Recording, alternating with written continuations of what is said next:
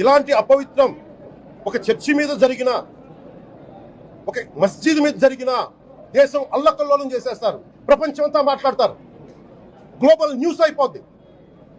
కానీ దేశంలో కోట్లాది మంది హిందువులు అపవిత్రమైతే, ఈ ప్రసాదం అపవిత్రమైతే ఒక్కరు కూడా మాట్లాడకూడదు, ఇది సెక్యులర్ వ్యవస్థకు విఘాతం అంటే హిందువులకు మనోభావాలు ఉండవా?